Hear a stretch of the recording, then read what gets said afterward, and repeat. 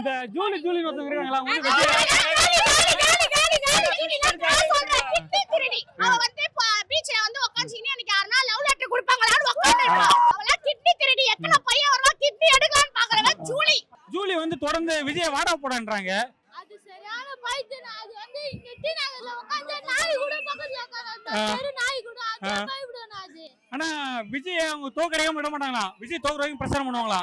பண்டனா வாய்ப்பே. ஜூலி வந்து விஜய் வாடா போடான்றாங்க. அவளா ஒரு பைத்தியம். அவ கதைய எடுத்து வந்து இங்க சாகறீங்க. அவளா மனுஷி அவளை எடுத்து வந்து எதுல சாகறீங்க? ஆனா அவங்க மாட்டை வச்சு கிழிச்சிருவாங்க. நார்மாட்டை கிழிக்கிற மாதிரி அவளை. திமுக சைடுல இருந்து பணத்தை வாங்கி ஜூலி அவ்வளவு பேசுறாங்க சொல்றாங்க. செஞ்சிருப்பாவோ. அப்படி அதுக்குதான் அவரை கவனமா பேசுறாவோ. அவரை பத்தி என்ன தெரியும் உங்களுக்கு? இல்ல இவ்வளவு நாள் ஜூலி வந்து விஜய் பத்தி பேசல, இப்ப என்ன பேசுறாங்க? என்ன காரணம்? இவரு ஆட்சிக்கு வரக்கூடாதுன்னு பேசுறாங்க.